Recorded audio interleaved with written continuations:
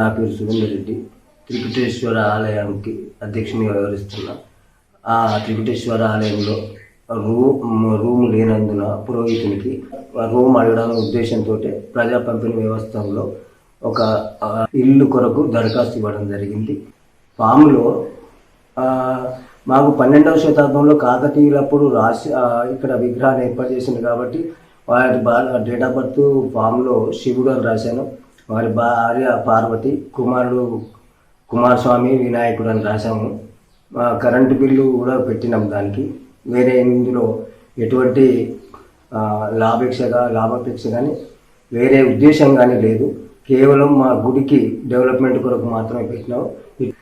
నేను సొంతంగా చేసిన ఎటువంటి అధికారులకు ఈ అప్లికేషన్తో సంబంధం లేదు. నేను స్వతహా చేశాను. ఏ అధికారుల పోస్ట్ కానీ ఎవరిది కానీ లేనందున ఏమైనా జరిగినా నేనే పూర్తిగా బాధ్యత